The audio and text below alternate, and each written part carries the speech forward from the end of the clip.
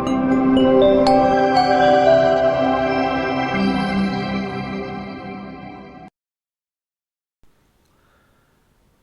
Students, आप सभी का स्वागत है एनालिस्ट आईएएस के यूट्यूब चैनल पे। तो आज का वीडियो बहुत इम्पॉर्टेंट है, खास करके जो फ्रेंड्स यहाँ प्रीलिम्स 2024 देने वाले हैं प्लस 25 की भी जो तैयारी कर रहे हैं उनके लिए खास करके ये टर्म्स, क्योंकि कई बार रिपीट होके पूछ लेते हैं।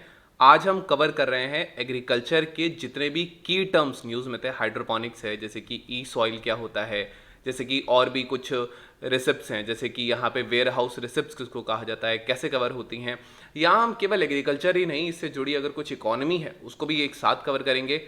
इसके अलावा यहाँ पे कुछ कॉन्सेप्ट्स हैं न्यूज़ में, जितनी भी क्रॉप्स इस साल न्यूज़ में रही हैं, फॉर एग्जांपल वो चिकपी हो गया या पल्सेस हो गया, पल्स बोर्ड कहाँ पे है, रबर बोर्ड कहाँ पे है, ये सारी चीज़ें, जितने भी टेक्स यहाँ पे यूज़ हुए हैं या नए इनोवेटिव टेक्स आए हैं उनसे रिलेटेड हम बात करेंगे। फर्टिलाइज़र जो है उनसे रिलेटेड बात करेंगे, अलग अलग फर्टिलाइज़र है, फॉर एग्जांपल डीएपी है, यूरिया है, इनसे जुड़ी हुई कुछ जो बातें हैं जो हमें पता होना चाहिए वो है। स्कीम्स कौन कौन से हैं, जैसे किसान क्रेडिट कार्ड है गवर्नमेंट का, और भी बहुत सारी चीज़ें हैं। तो इन सारे इनिशिएटिव्स पर हम बात करेंगे, कुछ मिसलेनियस चीज़ें और भी। देन लास्ट में हम एक चीज़ करेंगे, जो हम करेंगे कि जो एमएसपी है जो इस बार न्यूज़ में रहा, इसके अलावा जो फेयर रिन्यूमरेटिव प्राइस होता है जो जनरली शुगर केन के लिए यहाँ इस्तेमाल किया जाता है, हम इससे रिलेटेड बातें करेंगे। So it is a very important video. More over इसको आप if you want you can basically 1.5x पर आप इसको देख सकते हो। So this is it, and prelims के पहले, ठीक पहले इसको रिवाइज किया जा सकता है। It would be very helpful. So let's start now. सबसे पहला जो आता है वो आता है सीड रिप्लेसमेंट रेट। तो सीड रिप्लेसमेंट जो है ये एक ऐसी टेक्नोलॉजी है जिसमें जो सीड होता है उसको रिप्लेस कर दिया जाता है। फॉर एग्जाम्पल इसको सीड रिप्लेसमेंट रेशियो भी कहा जाता है। एंड मोर ओवर ये जो है ये मेजर करती है कि जैसे जो टोटल जितना भी क्रॉप्ड एरिया है इसको सोन किया गया है, कितने उसमें से जो है वो सर्टिफाइड सीड्स इस्तेमाल किए हैं इन कंपैरिजन जो फार्म ने ऑलरेडी सीड सेव किए थे उसमें। तो ये उसका एक रेशियो है। ये एक्चुअल क्वालिटी की बात करता है, सीड डिस्ट्रीब्यूटेड जो फार्मर को हुआ है या फिर जो एक्चुअल सीड रिक्वायर्ड है कल्टीवेशन के लिए, क्रॉप्स के लिए। तो ये पहला है। इसके बाद जो नेक्स्ट वर्ड यहाँ पे आता है दैट इज बायो फार्मिंग। अब इसको दो चीज़ों में आप तोड़ सकते हो, बायो और फार्मिंग। तो बायो फार्मिंग एक्सपेरिमेंटल एप्लीकेशन है, खास करके ये जो है ये बायो टेक्नोलॉजी से जुड़ा हुआ टर्म है, जहां पे जेनेटिक इंजीनियरिंग में वर्क होता है। जेनेटिक इंजीनियरिंग का इस्तेमाल किया जाता है प्लांट्स को क्रिएट करने के लिए जो यहां पर फार्मास्यूटिकल्स प्रोटीन दे सके, केमिकल्स दे सके। That is why this is bio farming. Now यहां पर जो है, यहां बायो फार्मिंग जो है ये इन्वॉल्व करती है जो प्लांट सेल्स हैं उसमें फॉरेन जीन को इंसर्ट किया जाता है और इनको कोड किया जाता है मेडिकली इंपॉर्टेंट प्रोटीन्स के लिए या कुछ मोनोक्लोनल एंटीबॉडीज या वैक्सीन्स के लिए। तो प्लांट से बनाने का जो काम है वैक्सीन्स वगैरह वो बायो फार्मिंग के अंदर आता है। तो ये यहाँ चीज़ है। नेक्स्ट जो वर्ड हमें पता होना चाहिए वो है यहाँ पर sustainable sugar cane initiative.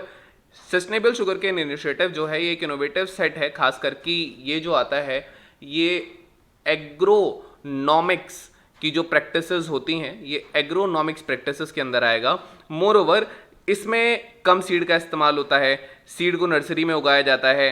More over यहाँ पे नए प्लांटिंग मेथड्स का इस्तेमाल किया जाता है, सीड जो स्पेसिंग है वो ज़्यादा वाइडर होती है, बेटर वाटर यूज़ किया जाता है, न्यूट्रिएंट मैनेजमेंट ज़्यादा होता है। तो ये सस्टेनेबल इनिशिएटिव है, खास करके ये यील्ड्स को लगभग 40% ज़्यादा बना देगा। एनवायरमेंटल बेनिफिट्स इसके बहुत सारे होते हैं। नेक्स्ट जो यहाँ पे वर्ड आता है that is zero budget natural farming. Zero budget natural farming जो है ये एक मेथड है जिसमें केमिकल फ्री जो है, केमिकल फ्री एग्रीकल्चर का यहाँ पे इस्तेमाल होता है, केमिकल फ्री फार्मिंग होती है। यहाँ ट्रेडिशनल इंडियन प्रैक्टिसेस का इस्तेमाल करके होता है। ये एग्रो इकोलॉजी जो है ये उस पर निर्भर करता है। मोरवर ओरिजिनली इसको महाराष्ट्र के जो पद्मश्री जिनको मिला है, जिनका नाम है सुभाष पालेकर, इनका नाम आप याद कर सकते हैं। सुभाष पालेकर को इसी चीज़ के लिए मिला है कि ट्रेडिशनल चीज़ों को यूज़ करना, केमिकल फ्री एग्रीकल्चर को यूज़ ना करना। तो ये जीरो बजट नेचुरल फार्मिंग में आता है। इसमें भी अलग अलग वर्ड्स आते हैं, कुछ टर्मिनोलॉजीज हैं जो यहाँ इंपॉर्टेंट है। फॉर एग्जाम्पल पहला जो आता है वो जीव मृत आता है। फिर यहाँ जो आता है नेक्स्ट दैट इज योर बीज मित्र कहा जाता है या बीजा मित्रा यहाँ कहा जाता है। इसके अलावा जो है वो मल्चिंग यहाँ पे आती है, मल्चिंग को यहाँ पे अच्छा दाना भी कहा जाता है। देन वपासा, वपासा मतलब मॉइस्चर से रिलेटेड चीज़ें। तो ये कुछ 4 चीज़ें हैं जो इसके अंदर आती हैं, लो कॉस्ट मेथड्स का इस्तेमाल करना, फार्मर एम्पावरमेंट करना, so these are the things. Next जो है that is your system for rice intensification. ये जो है ये मैनेजमेंट है सिस्टम का, खास करके इरिगेटेड राइस प्रोडक्शन के लिए, जहां पर बहुत यंग जो यहाँ पे राइस सीडलिंग्स होते हैं इनको सिंगली जो है वो एक स्क्वायर ग्रिड पैटर्न में उनको लगाया जाता है, उनको उगाया जाता है। यहाँ पर ये जो है ये सॉइल को मॉइस्ट रखता है, वेल ड्रेन रखता है, और पूरे एंटायर ग्रोथ पीरियड के लिए तो वाटर एफिशिएंसी इंक्रीज हो जाती है, यील्ड यहाँ इंक्रीज हो जाती है, ऑर्गेनिक प्रैक्टिसेस का यूज होता है, एम्पावरमेंट करता है छोटे स्केल के फार्मर को कि वो कल्टीवेशन प्रैक्टिसेस यूज करें। ध्यान रहे कि स्क्वायर ग्रिड मेथड्स में यहाँ पे सैपलिंग्स लगाए जाते हैं। नेक्स्ट जो है दैट इज योर रेटॉन क्रॉपिंग। तो जो रेटॉन क्रॉपिंग है ये जुड़ा हुआ है, ये एक फार्मिंग टेक्निक्स है जो अलाउ करती है कि जो 2 हार्वेस्ट होती हैं उसको एक सिंगल क्रॉप का ही इस्तेमाल करके किया जा सके। फॉर एग्जांपल ये जो यूज होता है ये जनरली जैसे शुगर केन है, पाइनएप्पल है, या फिर जो बनाना है उससे है। फॉर एग्जाम्पल बनाना से जुड़ा हुआ एक श्लोक यहाँ पे सुंदरकांड में अक्सर आता है जिसमें आता है काटे पर कदरी फरे कोटि जतन कोई सींच। तो काटे पर कदरी इन द सेंस कि यहाँ पे जो केला होता है जब उसको काट देते हो देन उसके पास से दूसरा जो सैपलिंग है वो यहाँ पे निकलता है, क्योंकि वेजिटेटिव प्रोपोगेशन यहाँ पर होता है।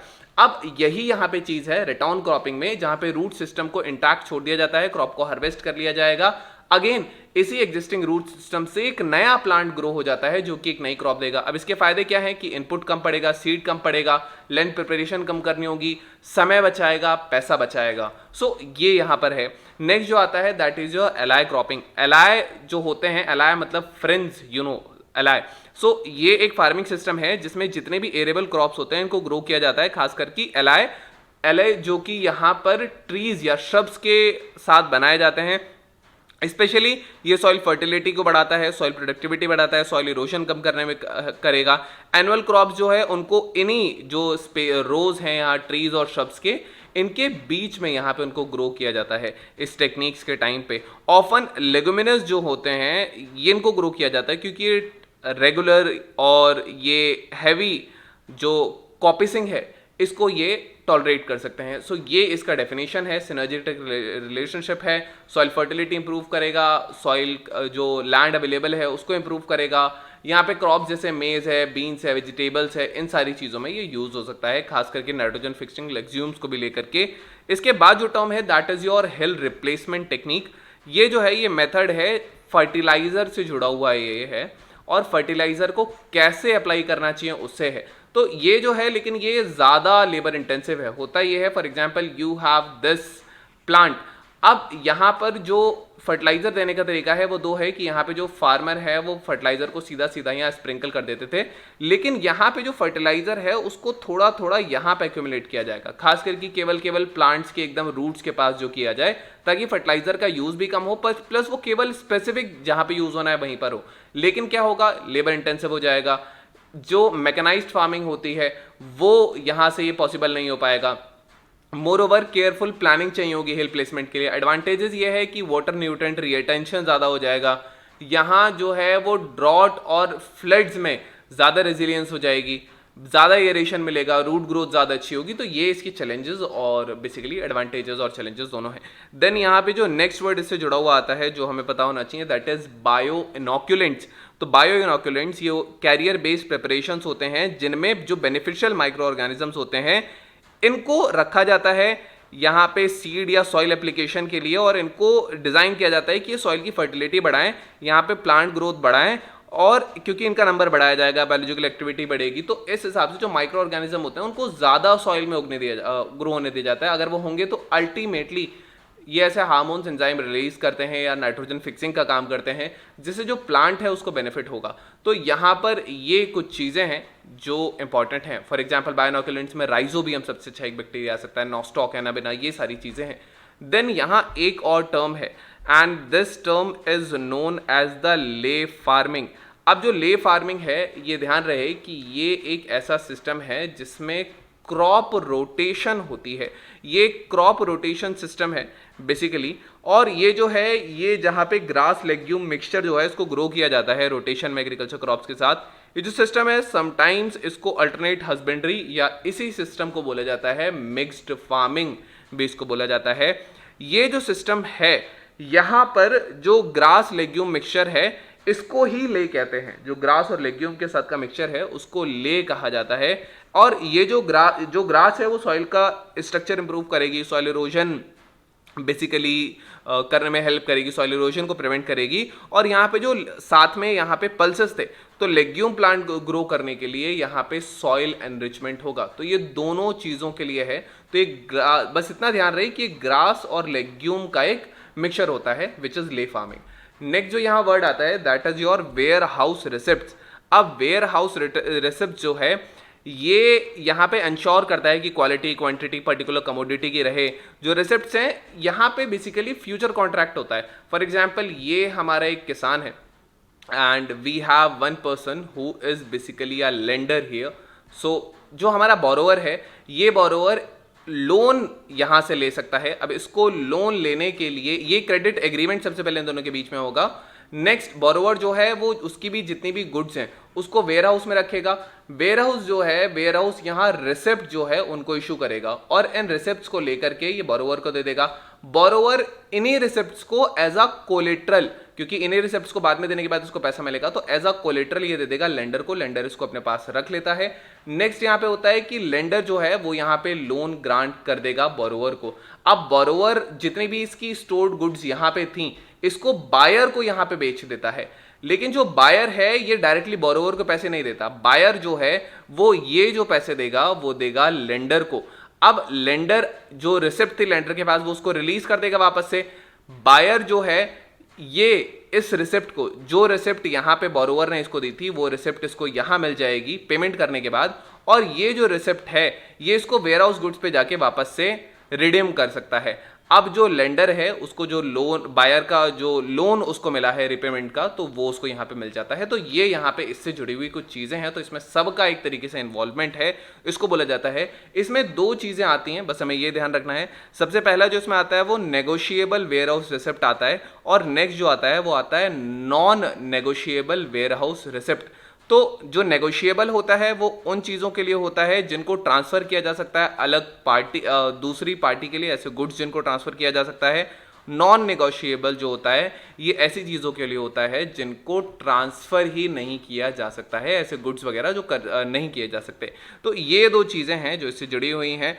यहाँ पे ये प्रूफ ऑफ स्टोरेज है एक तरीके से, और इनको इशू करने वाली जो कमोडिटी है that is WDRA, it is there. तो ये इससे जुड़ा हुआ है। नेक्स्ट यहाँ पे हम बात करेंगे तो वो है क्रॉप्स की। तो क्रॉप्स में जो सबसे पहला यहाँ पर नाम आता है वो आता है वीट ब्लास्ट का, कि वीट ब्लास्ट किसे कहा जाता है। ये कैसी बीमारी है बेसिकली, ये वीट ब्लास्ट जो है वो एक फंगल डिजीज यहाँ पर है।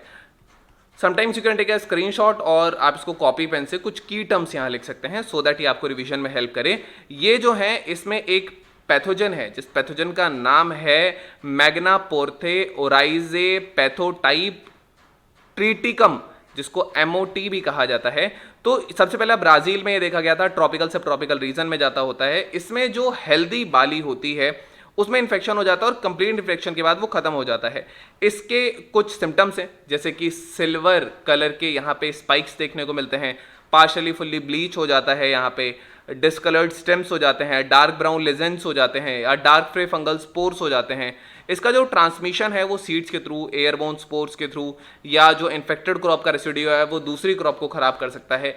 ये यहाँ इससे जुड़ी हुई कुछ चीज़ें हैं जो हमें पता होनी चाहिए।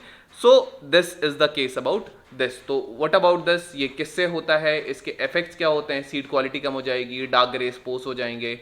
हिस्ट्री सबसे पहला जो था वो ब्राज़ील में नोट किया गया था, और उसके बाद ये बांग्लादेश, उसके बाद अफ्रीका और बाकी नेशंस में भी पहुंचा। अब ये कैसे पहुंचेगा, तो वो है सीड के थ्रू। तो ये है सीड क्रॉप रेसिड्यू से ये होता है।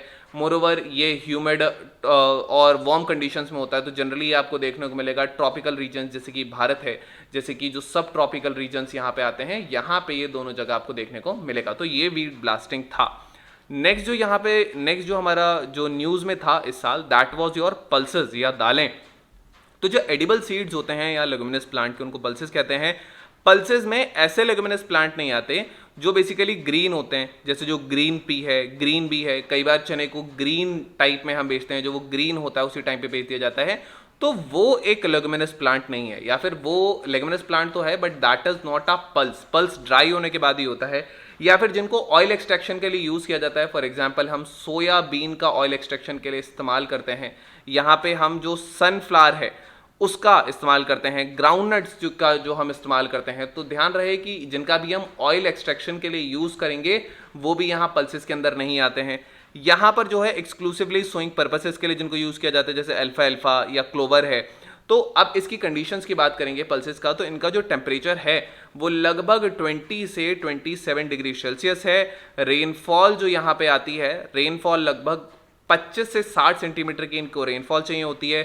सैंड जो होता है वो इनको सैंडी और लोमी यहाँ पे सॉइल की ज़रूरत होती है, ये बेस्ट है। अब इनको वेल ड्रेन्ड एलुवियल, लोमी और बाकी चीज़ों में भी उगाया जा सकता है। वर्ल्ड पल्स डे जो होता है इसको सेलिब्रेट किया जाता है फेब 10 को, जो कि अभी 2023 का जो थीम था वो pulses for a sustainable future था।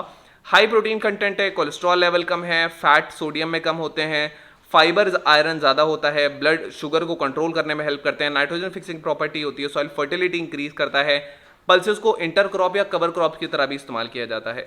अब भारत में की बात करेंगे तो आपको इंडिया से रिलेटेड जो पल्सेस की चीज़ें हैं वो पता होनी चाहिए कि सबसे पहला कि जो भारत है वो यहाँ पे लार्जेस्ट प्रोड्यूसर है। अगर हम पल्सेस की बात करेंगे तो ये लार्जेस्ट प्रोड्यूसर है। लगभग हम ग्लोब का 25% जितना भी प्रोडक्शन है वो भारत करता है। कंज्यूमर भी ये ज़्यादा है, 27% बल्क का कंजम्पशन करता है, और इम्पोर्टर भी ये सबसे लार्जेस्ट है। अब इम्पोर्टर में हम 14% करते हैं। अराउंड 20% जो एरिया होता है वो फूड ग्रेन्स के अंदर है, वो इसको कंट्रीब्यूट होता है। तो जितना भी फूड ग्रेन्स का एरिया है उसका जो 20% पार्ट है वो यहाँ जाता है पल्सेस को लेकर के। यहाँ पर तो टोटल फूड ग्रेन प्रोडक्शन में भी ये लगभग 7 to 10% जो है वो प्रोडक्शन में यहाँ पे हेल्प करता है जितना भी होता है, और जो लैंड है वो लगभग 20% लेता है।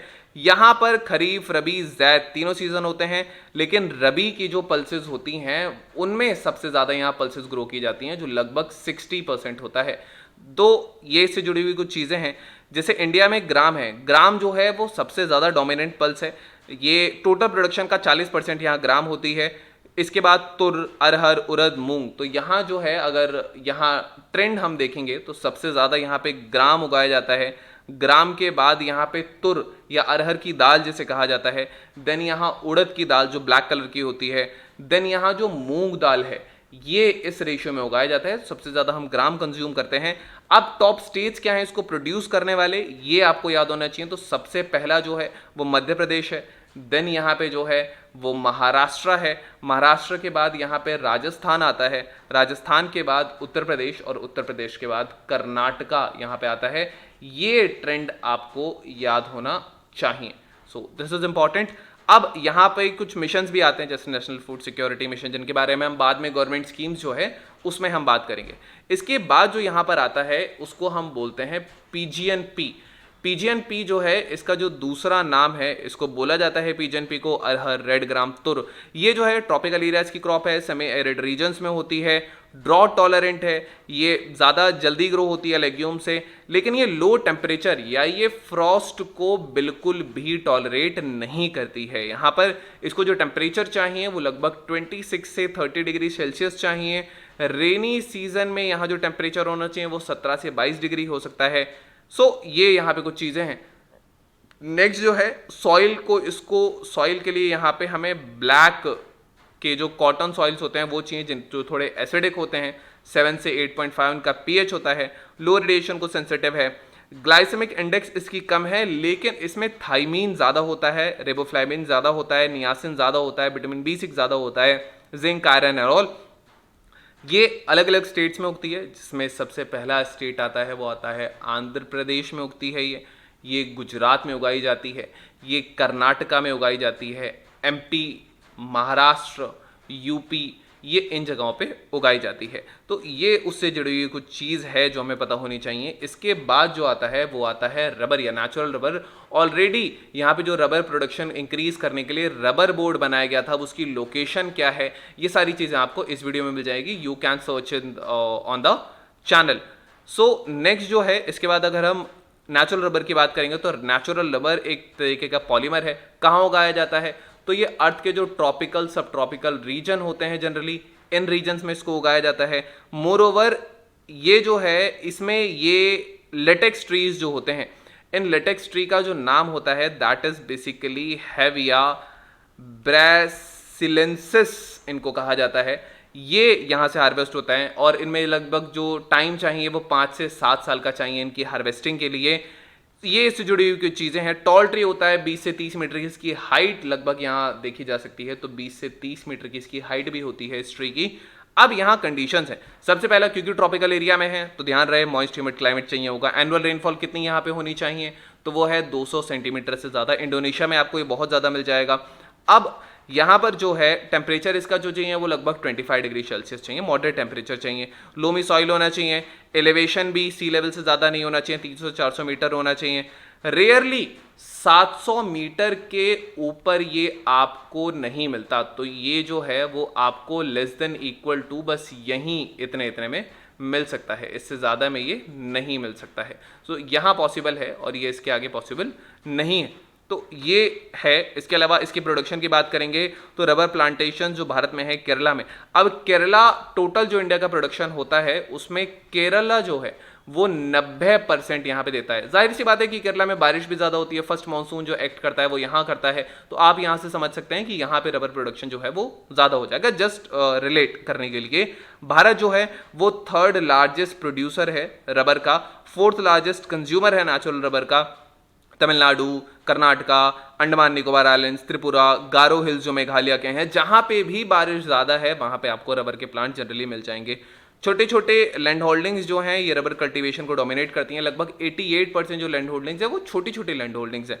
अब रबर बोर्ड की यहाँ पे बात करेंगे तो रबर बोर्ड जो है वो स्टैट्यूटरी बॉडी है। स्टैट्यूटरी बॉडी का मतलब है इसको एक एक्ट से बनाया गया था जो थी हमारी रबर एक्ट, और ये एक्ट आई थी 1947 में। ये ministry of commerce and industry के अंदर आता है। ध्यान रहे एग्रीकल्चर के अंदर नहीं आता, ये एनवायरमेंट फॉरेस्ट क्लाइमेट चेंज के नहीं आता, क्योंकि ये एक कमर्शियल क्रॉप है तो ministry of commerce and industry के अंदर आता है।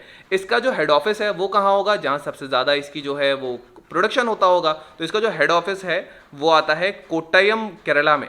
तो यहाँ पे इसका हेड ऑफिस है। सो ये यहाँ पे इससे जुड़ी हुई कुछ चीज़ें हैं कि इसका जो हेड ऑफिस है वो आपको यहाँ पे पड़ेगा। नेक्स्ट जो है ये इससे जुड़ी हुई कुछ चीज़ें थी।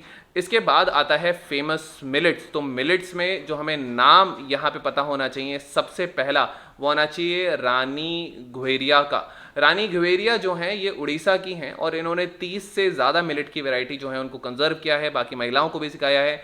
इनका जिक्र G20 की समिट में आया था, सो ये नाम आपको याद होना चाहिए।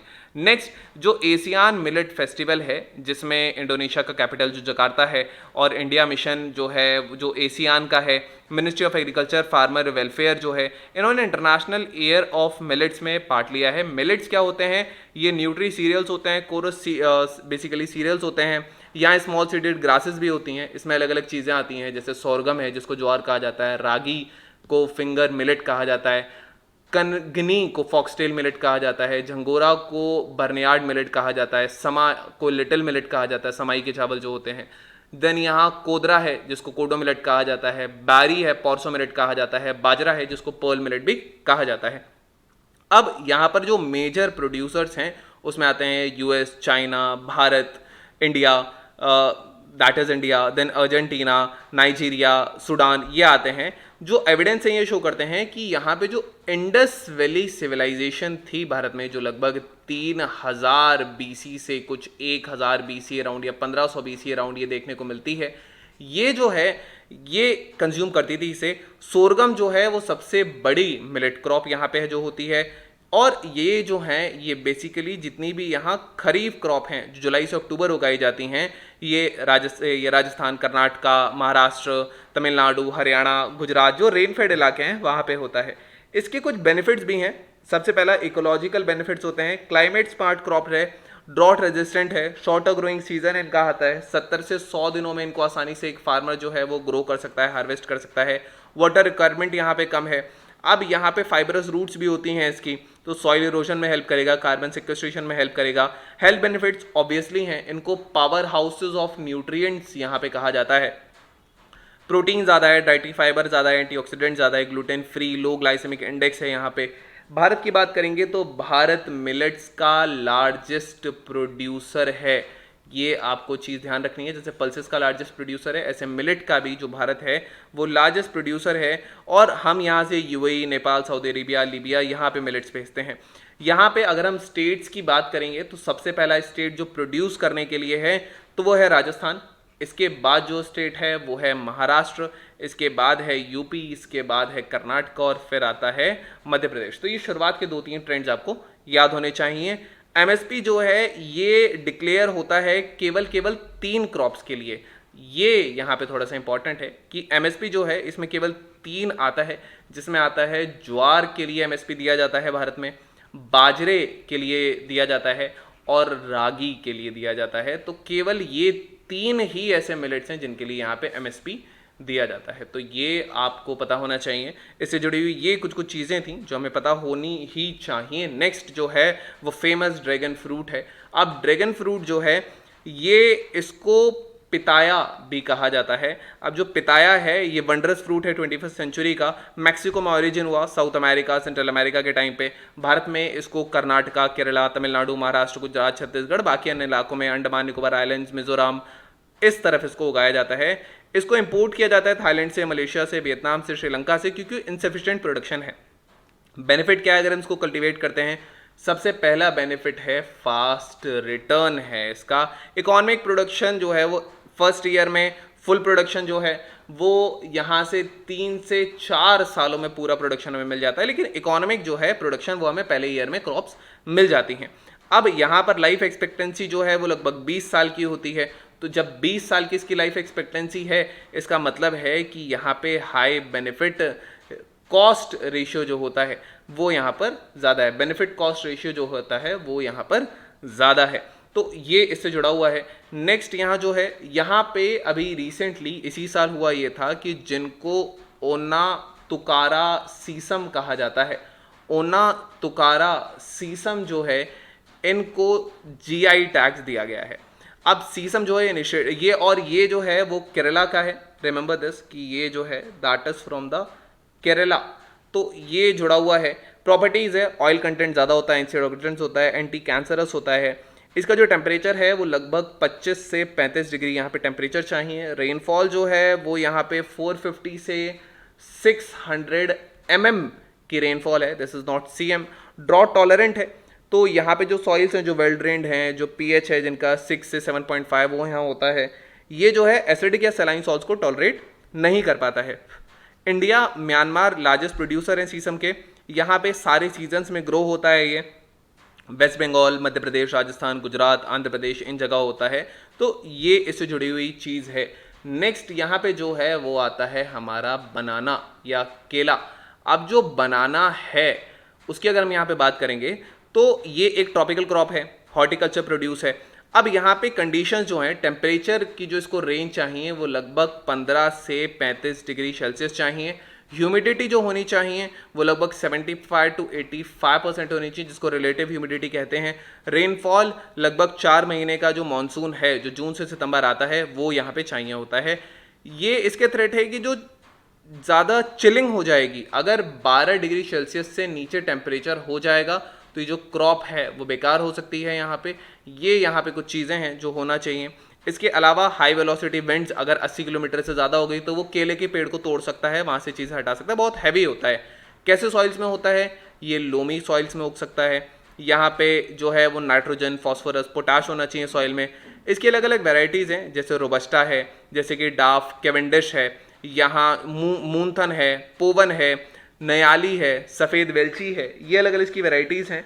नेक्स्ट जो आता है, अब यहाँ प्रोडक्शन की बात करेंगे तो जो आंध्र प्रदेश है, आंध्र प्रदेश में सबसे ज़्यादा इसका प्रोडक्शन होता है। लार्जेस्ट है महाराष्ट्र, कर्नाटका, तमिलनाडु, यूपी, उसके बाद आता है भारत। ध्यान रहे कि इंडिया जो है वो यहाँ पे लार्जेस्ट ग्लोबल प्रोड्यूसर है यहाँ पे किसका? बनाना का। लेकिन एक्सपोर्ट मार्केट में हम इसको कितना भेजते हैं? केवल 1%। तो ये यहाँ कुछ चीज़ें हैं। इसके बाद कुछ बॉडीज़ हैं जिन बॉडीज़ के बारे में हम बात करेंगे, लेकिन यहाँ उससे पहले आता है अद्विका। अद्विका, जिसको चिक पी की एक वैरायटी है। तो ये जो है ये ड्रॉट टॉलरेंट है, और ये जो अद्विका है ये रिलेटेड है चिक पी से या चने से, ये आप देख सकते हैं। तो दिस इज अद्विका। अब ये जो है ये एनुअल लेग्यूम प्लांट है। ओरिजिन जो है ये साउथ वेस्ट एशिया में मिलता है। फाइबर है, प्रोटीन है, आयरन है, फॉस्फोर है, फॉलिक एसिड है।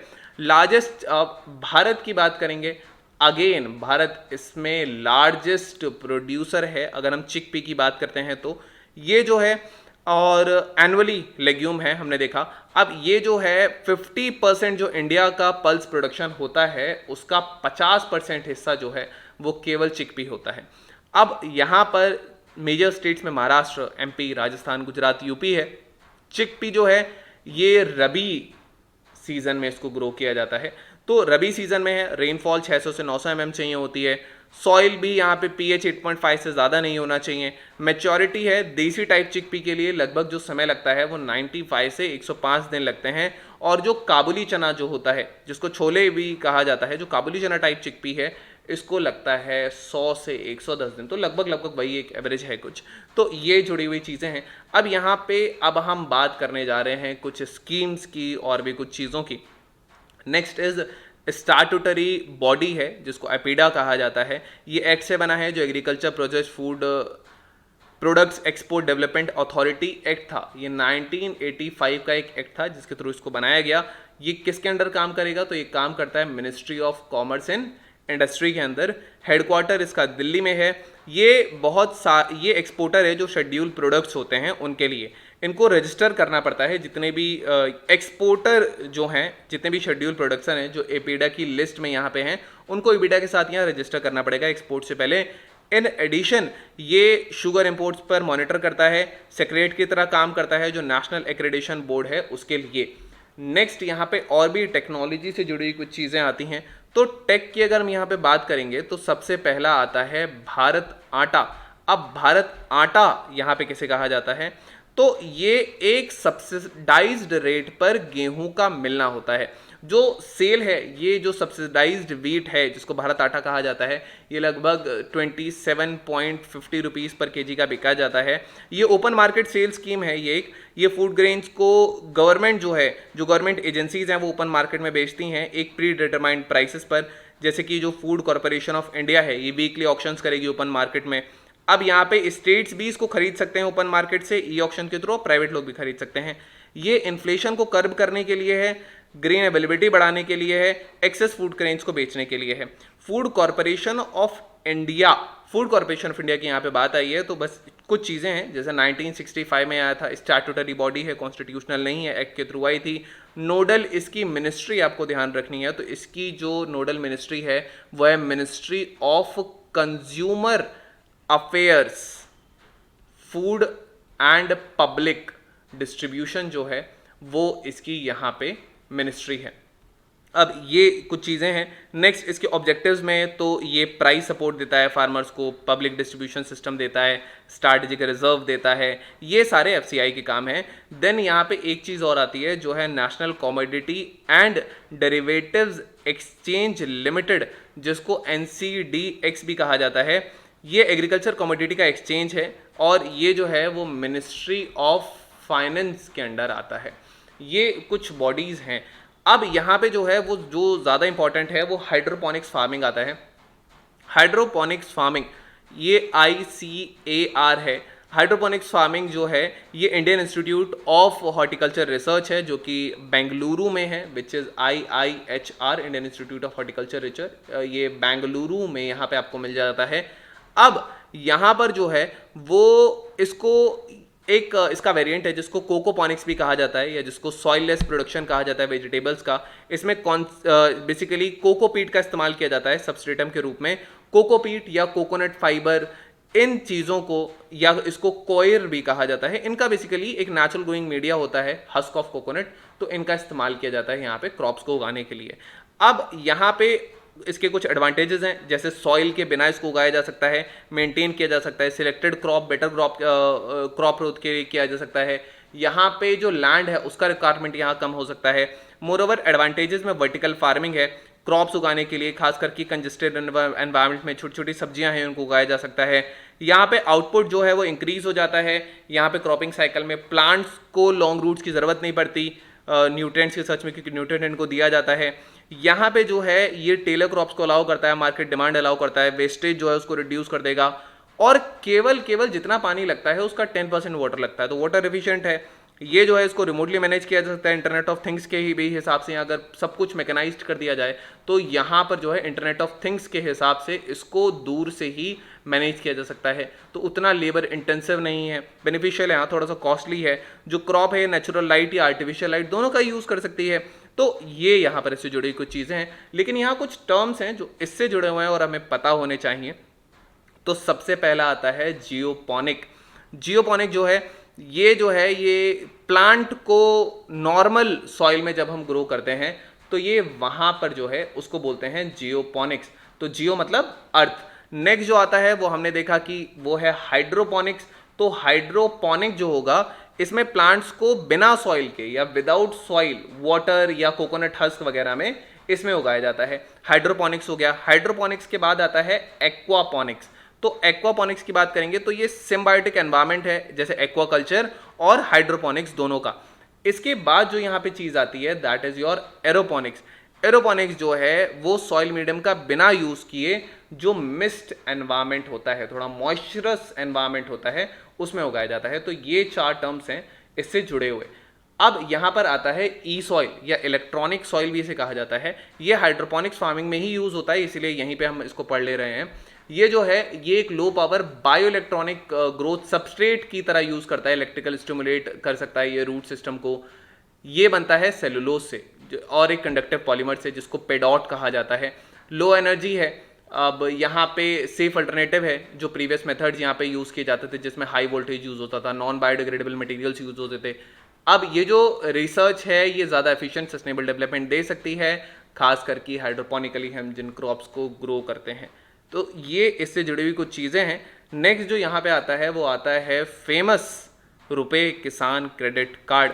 ये जो है जितनी भी कॉर्पोरेट सर्विसेज सोसाइटी के मेंबर्स होते हैं जिनका अकाउंट है डिस्ट्रिक्ट सेंट्रल कोऑपरेटिव बैंक्स में, उनमें जिनका अकाउंट है उनको ये मिल जाता है और ये सारे अकाउंट होल्डर्स को दिया जाता है। किसान क्रेडिट कार्ड सबसे पहला 1998 में आया। ये एलाइड नॉन फार्मिंग एक्टिविटीज़ के लिए था। 2004 में इसको एक्सटेंड कर दिया गया। 2004 में इसको नॉन फार्मिंग एक्टिविटीज़ के लिए भी हमने देखा कि एक्सटेंड कर दिया गया। ये जो है ये इलेक्ट्रॉनिक किसान क्रेडिट कार्ड है, इनको रिकमेंड किया था टीएम बैशन स्टडी ग्रुप में। 18 से 75 साल के जो किसान हैं वो एलिजिबल हैं। एजेंसीज जैसे small finance bank, cooperative, regional rural bank, commercial bank इसको दे सकते हैं। इसके जो फीचर्स हैं वो यहाँ पर एटीएम एनेबल्ड रुपए डेबिट कार्ड है, तो एटीएम से भी चाहे तो व्यक्ति जो है वो पैसा यहाँ निकाल सकता है। अब यहाँ पर जो है आधार, लेकिन यहाँ पे जो आधार की लिंकेज है वो यहाँ पर कंपलसरी है, आधार की लिंकेज। अब आधार की लिंकेज यहाँ कंपलसरी है। इसके अलावा वैलिडिटी 5 साल की है, प्रोसेसिंग फ़ी नहीं है, कोलेटरल फ़ी नहीं है। यहाँ पे अगर इंटरेस्ट रेट 7% का भी अगर सरकार देती है तो यहाँ इंटरेस्ट सबवेंशन भी मिल जाता है 2 से 3% का पेमेंट पर। अगर पेमेंट टाइम पर हो रहा है तो 2 से 3% का यहाँ सबवेंशन भी हो जाता है। तो और 4 से 5% आप कह सकते हैं कि 4 से 5% पे ही मिल जाता है जनरली। अब यहाँ पर जो है शॉर्ट टर्म क्रेडिट है।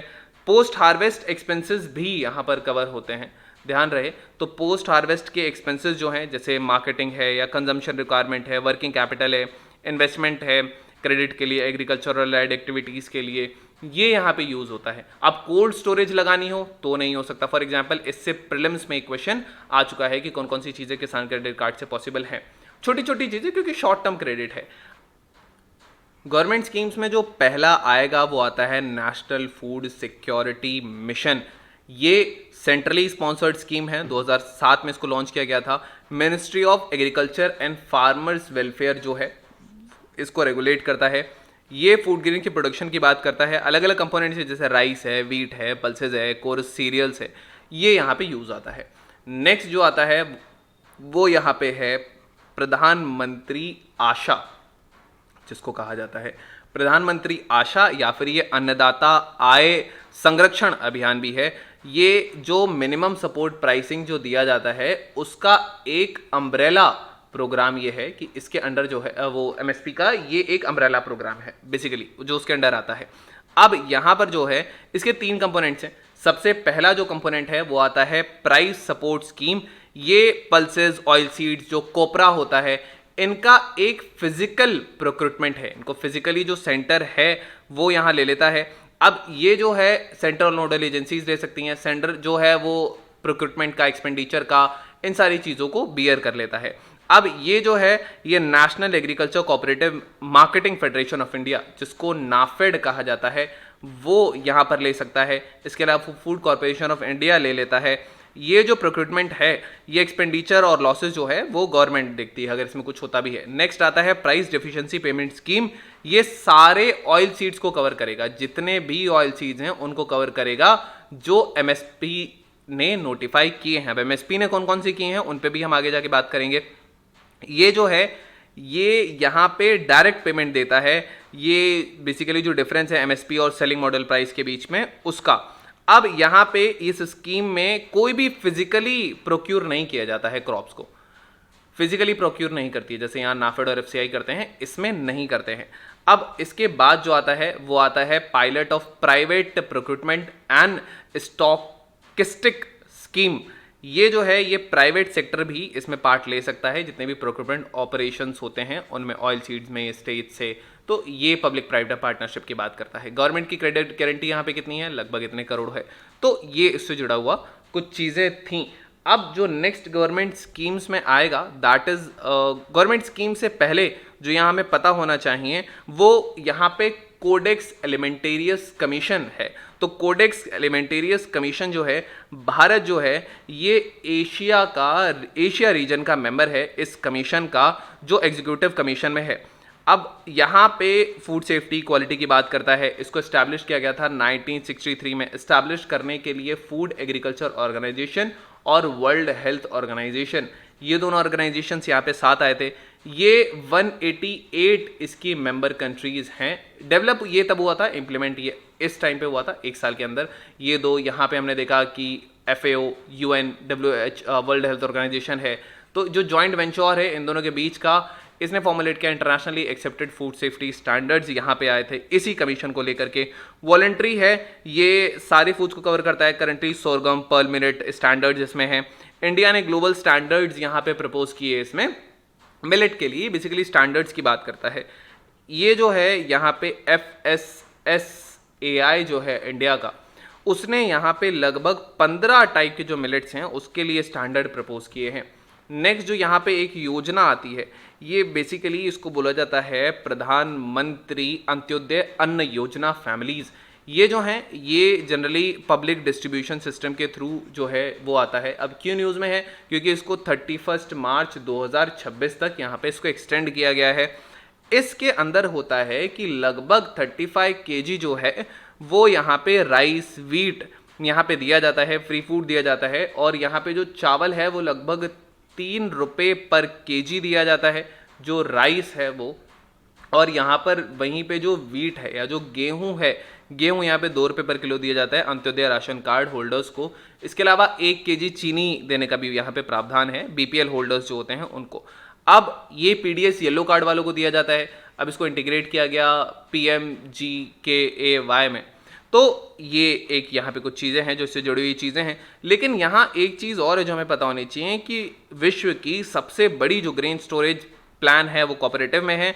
ब्लॉक लेवल पर जो प्राइमरी एग्रीकल्चर क्रेडिट सोसाइटी है, ये से थोड़ा अलग टॉपिक है। प्राइमरी एग्रीकल्चर क्रेडिट सोसाइटी जो है वो यहाँ पे इनके इंफ्रास्ट्रक्चर में वेयर हाउसेज होंगे, सेंटर्स होंगे हायर करने के लिए, फेयर प्राइस शॉप्स होंगी।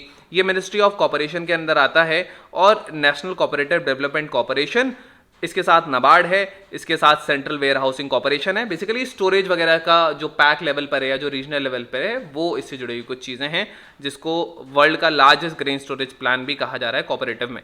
अब ये इससे कुछ चीज़ें हैं।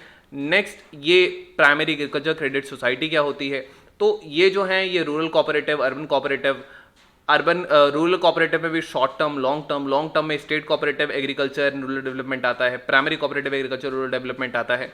शॉर्ट टर्म में state cooperative, district central cooperative bank, primary agriculture society, जिनको RBI कंट्रोल नहीं करता है, इनको कौन करने वाला है, दैट इज योर स्टेट। ये एक डिफरेंस है जो प्रीलिम्स में जरूरी है। अब यहाँ पे जो नेक्स्ट आता है वो आती है यहाँ पर प्रधानमंत्री फसल की बीमा योजना। प्रधानमंत्री फसल बीमा योजना को 2016 में लॉन्च किया गया था। ये वन नेशन वन स्कीम जो है उसके अंडर यहाँ इसको लॉन्च किया गया था। ये नेशनल एग्रीकल्चर इंश्योरेंस स्कीम जो थी उसको यहाँ पे रिप्लेस कर देता है, और modified national agriculture insurance scheme, ये 2-3 को रिप्लेस करके आता है। इसमें क्रॉप आती है, जिसमें फूड क्रॉप में सीरियल, मिलेट्स, पल्सेस आता है, ऑयल सीड्स आते हैं, हॉर्टिकल्चर क्रॉप्स आती हैं। प्रीमियम के अलग अलग रेट है, जैसे जो खरीफ क्रॉप है उसका जो प्रीमियम है वो 2% है, रबी क्रॉप का जो प्रीमियम है वो 1.5% है। देन यहाँ पे जो कमर्शियल जो क्रॉप्स हैं, फॉर एग्जांपल रबर है, शुगर केन है, वो जो है वो 5% है। जो हॉर्टिकल्चर क्रॉप है उसका भी 5% है। जो प्रीमियम डिफरेंस है वो स्टेट और गवर्नमेंट ऑफ इंडिया 50-50% आपस में बांट लेते हैं सब्सिडी के रूप में। गवर्नमेंट ऑफ इंडिया की जो प्रीमियम सब्सिडी है ये 30% रिलेटेड है जो अनइरिगेटेड एरियाज हैं, 25% जो इरिगेटेड क्रॉप्स वगैरह हैं। कोई अपर लिमिट नहीं है गवर्नमेंट सब्सिडी की, वो कितना भी दे सकती है, 50% से ज़्यादा भी दे सकती है। स्कीम ऑप्शनल है फार्मर्स के लिए कि वो लेना चाहे तो ले, नहीं तो ना ले। तो ये एक ऑप्शनल स्कीम है, इट इज़ नॉट मैंडेटरी, जिसको बोला जाता है प्रधानमंत्री फसल बीमा योजना। अब ये जो है यहाँ पर इसमें कवरेज आता है सोइंग, प्लांटिंग, जर्मिनेशन पे, स्टैंडिंग क्रॉप है, पोस्ट हार्वेस्ट लॉस्ट है, या लोकलाइज्ड कैलेमिटीज है, या क्रॉप लॉस अगर कोई वाइल्ड एनिमल अटैक कर देता है, नील गाय या बोर वगैरह, तो वो यहाँ पे दिया जाता है फसल बीमा योजना। इसके अलावा यहाँ जो हमने इससे पहले योजना देखी थी उसमें शुगर सब्सिडी भी दी जाती थी, हमने देखा था कि 1 kg शुगर दी जाती थी अंत्योदय अन्न योजना के तहत। नेक्स्ट यहाँ पर जो आता है वो आता है पाम ऑयल से रिलेटेड। तो पाम ऑयल जो है यहाँ पे नेशनल मिशन है एडिबल ऑयल या ऑयल पाम, जिसको बोला जाता है NMEOOP, ये आता है। अब सेंटर इसको स्पॉन्सर करता है, 2021-22 में इसको लॉन्च किया था। ये एडिबल ऑयल प्रोडक्शन को एनहेंस करता है, ऑयल पाम का एरिया एक्सटेंशन की बात करता है, इंपोर्ट बर्डन कम हो जाए। स्पेशल फोकस कहाँ होगा, जहाँ योग्यता है, जैसे नॉर्थ ईस्ट है, अंडमान निकोबार आइलैंड्स हैं। अब वर्ल्ड का लार्जेस्ट इंपोर्टर है, सॉरी प्रोड्यूसर नहीं है, इंडिया जो है सबसे ज़्यादा इंपोर्ट करता है, सबसे ज़्यादा कंज्यूम भी हम पाम ऑयल करते हैं। आंध्र प्रदेश, तेलंगाना, केरला भारत के पाम ऑयल का 98% यही 3 स्टेट्स कर देते हैं, आंध्र प्रदेश, तेलंगाना एंड केरला। तो ये है। अब ऑयल पाम जो है ये अफ्रीकन ट्री है जो एरेकेसी फैमिली का है, वेस्ट सेंट्रल अफ्रीका में मिलता है, मलेशिया, इंडोनेशिया में मिलता है। क्लाइमेट हॉट, थोड़ा ह्यूमिड ट्रॉपिकल क्लाइमेट चाहिए, टेम्परेचर भी 22 से 24 डिग्री चाहिए, सनशाइन भी 5 से 6 घंटे की ब्राइट सनशाइन होनी चाहिए। रेनफॉल जो इसको चाहिए होता है, रेनफॉल थोड़ा सा है कि रेनफॉल इसको 250 से 400 सेंटीमीटर चाहिए होता है। यही कारण है कि रेनफॉल ज़्यादा है, इसीलिए ये भारत में थोड़ा सा इसको कम है। ये कुछ ऐसे एरियाज़ में लगाया जा सकता है जहाँ नहीं रेनफॉल होती है। नेक्स्ट जो यहाँ पर आता है ये आता है हमारा फार्मर की जो डिस्ट्रेस इंडेक्स है। वो जो फार्मर डिस्ट्रेस इंडेक्स है ये central research institute for dryland agriculture जो है, जो ICAR के अंडर आता है, ये अर्ली वार्निंग सिस्टम देता है जिसको फार्मर की डिस्ट्रेस इंडेक्स भी कहा जाता है, ताकि जो एग्रेरियन डिस्ट्रेस है वो कम हो सके, क्रॉप फेलियर जो है वो कम हो सके, इनकम शॉक यहाँ पे ना हो। यहाँ जो है ये डिस्ट्रेस के साथ एंटिसिपेट किया जाता है, प्री जो वॉर्न अलग अलग होता है तो प्री में उनको वॉर्न कर दिया जाता है अलग अलग स्टेक होल्डर्स को कि वो मेजर्स वगैरह ले लें उस इंडेक्स के टाइम पे। अब ये जो है ये 3 से 4 महीने का जो डिस्ट्रेस है उसको पहले बता देता है, एक्चुअल ऑकरेंस से पहले ही बता देगा कि भाई यहाँ पे ये होने वाला है, तो ये उस डिस्ट्रेस से रिलेटेड है। Centre research institute for dryland agriculture ये क्या है? अब इसको एस्टैब्लिश किया गया था 1985 में, Indian council of research agriculture research ने किया था, हैदराबाद में लोकेटेड है ये इसका हेडक्वार्टर। ऑब्जेक्टिव है एग्रीकल्चर की रिसर्च एक्टिविटीज़ को करना, खासकर कि उन एरियाज़ में जहाँ पर बारिश की कमी है या जो लो रेनफॉल एरियाज़ हैं। यहाँ रिस्क एक्सपोजर कितना है, एडेप्टर कैपेसिटी कितनी है, सेंसिटिविटी कितनी है, मिटिगेशन एडेप्टेशन स्ट्रैटेजीज क्या ट्रिगर कर रहा है, क्या इंपैक्ट होगा, सोशल फिजियोलॉजिकल फैक्टर्स क्या होंगे, तो ये बेसिकली इससे रिलेटेड है। पढ़ना होगा वो होगा मिनिमम सपोर्ट प्राइस, काफ़ी ज़्यादा न्यूज़ में रहा है, आंदोलन भी थे। अब फार्मर ने प्रोटेस्ट किया कि उन्हें यहाँ पे मिनिमम सपोर्ट प्राइस फिक्स चाहिए, कि चाहिए ही चाहिए। क्या है MSP? एमएसपी एक मिनिमम प्राइस है किसी भी क्रॉप के लिए जो गवर्नमेंट कंसिडर करती है कि ये फार्मर को देना चाहिए एज अ सपोर्ट कि हम उस क्रॉप को उतने में खरीद लेंगे। अब ये जो प्राइस है गवर्नमेंट एजेंसीज पे करती हैं जब भी वो पर्टिकुलर क्रॉप को लेती हैं। एमएसपी वो रेट है जिसपे गवर्नमेंट ग्रेन्स को बाय करती है फार्मर से। अब गवर्नमेंट अभी जो है एमएसपी वो लगभग 23 क्रॉप जो हैं, ये 22 नहीं है, बेसिकली 23 क्रॉप ऐसी हैं जिनके लिए फिक्स करता है, लेकिन लीगली बाउंडेड नहीं है सरकार कि वो अगर ओपन मार्केट रेट, इवन अगर ओपन मार्केट रेट जो है प्रोड्यूस के लिए वो ज़्यादा है तब भी वो उतने पे ही खरीदेगी, लीगली बाउंडेड नहीं है। अब यहाँ पे जो क्रॉप इसमें कवर हैं उसमें अलग अलग चीज़ें आती हैं। जैसे सबसे पहला इसमें अगर हम सीरियल्स की यहाँ पे बात करेंगे, अलग अलग क्रॉप्स हैं, तो यहाँ पे खरीफ क्रॉप में पैडी, ज्वार, बाजरा, रागी, मेज, अरहर, मूंग, उड़द, कॉटन, ग्राउंडनट, सनफ्लावर, सोयाबीन, सीसम, नाइगर सीड आता है। अब यहाँ पर अगर हम सीरियल्स की बात करेंगे तो सीरियल में कौन कौन आ जाएगा, यहाँ पे पैडी है, वीट है, ज्वार है, यहाँ पे ये पैडी है, वीट है, ज्वार है, यहाँ पे जो बार्ली आता है, बार्ली भी एक सीरियल है। इसके अलावा we have bajra, we have ragi, then we have maize, ये सीरियल्स में आते हैं। इसके अलावा पल्सेस में भी यहाँ दिया जाता है। पल्सेस में जैसे कि आपका अरहर है, यहाँ पे मूंग है, उड़द है, ग्राम है, मसूर है या तुर दाल भी से कहा जाता है, ये इसमें आता है। ऑयल सीड से रिलेटेड क्वेश्चन आया था जिसमें नाइगर सीड का क्वेश्चन 2023 में ही आ चुका है यूपीएससी में कि नाइगर सीड्स हैं या पार्ट नहीं है। तो इसमें आता है हमारा जितने भी ऑयल प्रोड्यूसिंग होते हैं, जैसे कि इसमें ऑयल प्रोड्यूसिंग में आ सकता है हमारा ग्राउंडनट्स आता है, सनफ्लावर आता है, सोयाबीन आता है, यहाँ पे सीसम जो है वो भी आता है, यहाँ पे नाइगर सीड्स भी आता है, रेप सीड मस्टर्ड आता है, सेफलो यहाँ पे फ्लावर आता है, ये यहाँ पे कुछ चीज़ें हैं जो इसमें आती हैं। तोरिया आता है, ये बेसिकली तोराई नहीं है, ये तोरिया है, तो ये यहाँ पर आता है जो इसके अंदर आता है। इसके अलावा बाकी जो छोटी छोटी क्रॉप्स इसमें कवर्ड हैं उसमें आता है कोपरा जो हस्क होता है, इसके अलावा डी हस्केड कोकोनट जो है उसको वो होता है, जूट है, शुगर केन है यहाँ पर। तो ये यहाँ इससे जुड़ी हुई कुछ चीज़ें आती हैं और यहाँ पे जो हमारा रॉ कॉटन है वो भी इंक्लूडेड है। तो that is why raw cotton को जुड़ा के अगर आप मिलाएंगे तो that is around 23।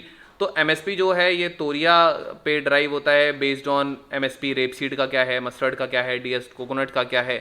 Fair and रिन्यूमरेटिव price जो हैं वो शुगर के लिए होते हैं, उसके लिए एमएसपी नहीं, उसके लिए एफएसपी होता है।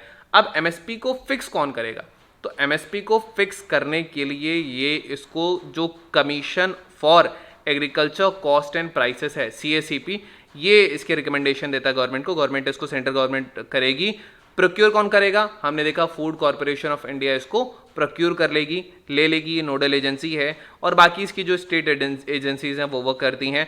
फाइनल डिसीजन किसका है, तो यहाँ पे जो कैबिनेट कमेटी है इकोनॉमिक अफेयर्स पर, वो जो यूनियन गवर्नमेंट की है, इसका है फाइनल डिसीजन कि इसने जो रिकमेंडेशंस यहाँ पे दिए हैं तो फाइनली प्राइस क्या होना चाहिए, वो डिसीजन इस कमेटी का है।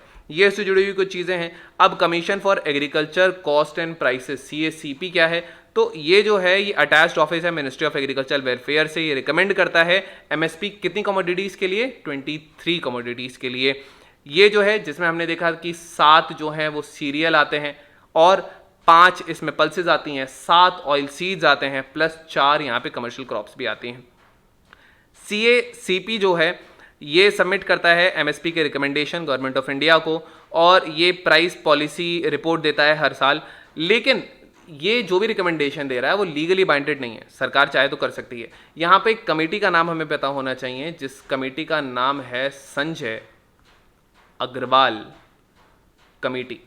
अब संजय अग्रवाल कमेटी जो है इसने कहा था कि यहाँ पे एक ज़ीरो बजट बेस्ड फार्मिंग यहाँ पे होनी चाहिए, यहाँ पे क्रॉप पैटर्न चेंज करने चाहिए, एमएसपी जो है उसमें एक लीगल गारंटी नहीं होनी चाहिए।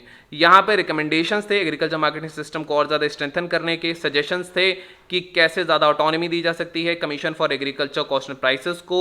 तो ये यहाँ पर इससे जुड़ी कुछ चीज़ें हैं। लेकिन अब यहाँ पे फॉर्मूला भी बेसिकली आता है, तो यहाँ फॉर्मूला जो है किस तरीके से एमएसपी फिक्स किया जाता है, तो फॉर्मूले में A2 आता है, ये सारे कैश या ज़्यादा जितने भी यहाँ पे एक्सपेंसेस होते हैं उनको यहाँ रखता है, जो भी फार्मर देता है सीड्स पे, फर्टिलाइजर पे, केमिकल पे, जो लेबर हायर किया है उस पर।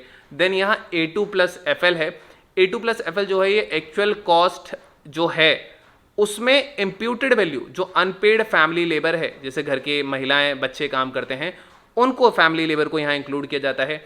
देन यहाँ एक C2 क्या है, C2 basically A2 plus FL जो था ये होता है अलॉन्ग विद यहाँ रेवेन्यूज जो हैं जो लैंड को ओन करने पे गए हैं, जैसे जो रेंट लगा है या जो फिक्स्ड कैपिटल एसेट्स है, इंटरेस्ट है, वो इस फॉर्मूला में आता है।